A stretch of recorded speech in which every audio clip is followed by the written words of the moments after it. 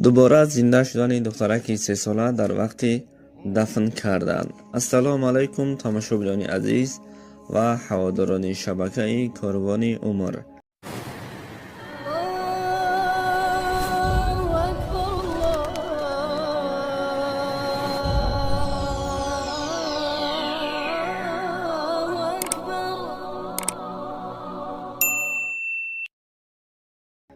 باز یک قصه خیلی دهشتناک در موضوع امروزه ما از شما خواهش میکنیم که پیش از خلاصه برآوردن اول این ثبت ما را تا آخر خوب گوش کنید. در شهر ابرارا جمهوری فیلیپین دخترکی 3 ساله که وقتی دفنش بود چشمش را باز کرد، یعنی که زنده شد.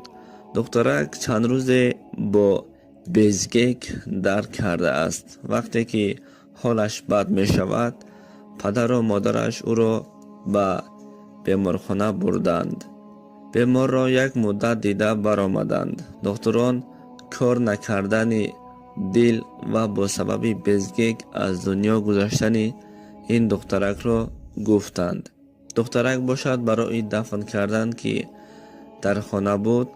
وقتی خویشاوندانی که برای تزکیه او می آیند کفن روی او بود و او را از رویش می گیرند که ناگهان سر این دخترک یک جنبش پیدا می کند.